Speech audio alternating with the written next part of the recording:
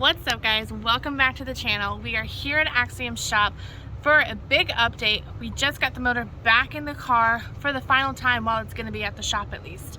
So I'm going to go ahead and go inside, take a look at everything, and update you on everything that's been done so far. I know they're in the process of doing some fabrication, so I don't want to get in the way too much, but I want to explain at least what's been done so far. So let's go inside and take a look.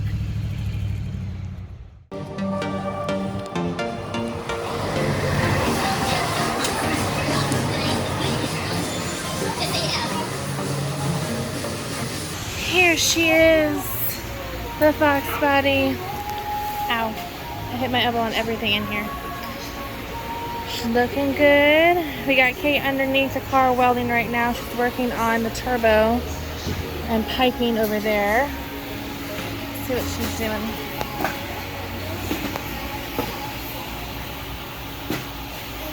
It's gonna be bright. Alright, while she works on that, let's go on the inside and see what's been done on the inside of the car. Alright, so the inside of the car, the main differences in here is that we have to relocate the fire suppression. This whole bottle has to shift that way, but underneath these brackets right here is just electrical tape to make it thick enough because those brackets aren't the right size. So we are in the process of figuring out how we're gonna manipulate this. You can see all the duct tape right here. That side's even worse over there. So we're gonna get this moved over, but I think he's just gonna cut and weld somewhere and make it happen. Obviously we got the M&M shifter already mounted right here. It looks amazing. He had to make a little bracket here. We had to move that probably, I don't know, you can see where it originally was right here. That's where it was, and now it moved all the way back. So the fire suppression button essentially to hit was like right here-ish, and that's gonna be in the way. So we're gonna relocate that to up here. You can see that that's where it's gonna be. So that way when I'm sitting down, all I have to do essentially is lift up my right hand and slap it back. So that'll be pretty cool. We're gonna put the parachute mount, the pole handle, which is currently right there. It's going to be straight down from the control unit, so that way I just kind of push it and I don't have to really take my hands too far off the steering wheel, because you don't want to have to try and look for it and panic. So if it's going to be right in front of me, I just have to push it forward. So that's going to be our goal for that. You can see that they already cut the steering wheel column right here.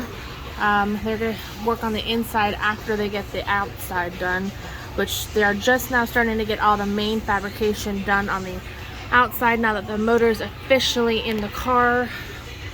Let's see if I can get an underneath look for you, and then we'll go to the engine bay and I'll show you what it looks like. I am so excited, guys. So it's not on the lift right now, so you can't really see too much. The only thing you can see is the trans mat right there. We did powder coat that at home a couple days ago. We brought it back inside. So now that everything's mounted, I can't really see much of anything until it's on the lift, but they're in the middle of doing work, so I don't want to bother them too much. So let's go up front and see what we can see up front. It's kind of hard to see down here on the floor. If you guys look on this side, this is all the duct tape I was telling you about. Look how much is there. It's just probably like half a roll just constantly going over and over. It's insane. So much crap. It's insane. Alright. Not cool. We got some new tires. I'm just kidding. Those aren't ours. Those are huge. Alright, so going back here to the headers real quick, guys. We had to have modification to the headers. Brand new headers. Unfortunately, we did have to modify them because we can't get access to our spark plugs. It's impossible. So he's in the process of doing this one right now. This one is already done. You can see where he had to make a modification here. So now we have better access to get it. We had absolutely no access. So it's like, imagine, I can't do this with one hand, but imagine this one being on the outside. That's how close it was. We had zero access.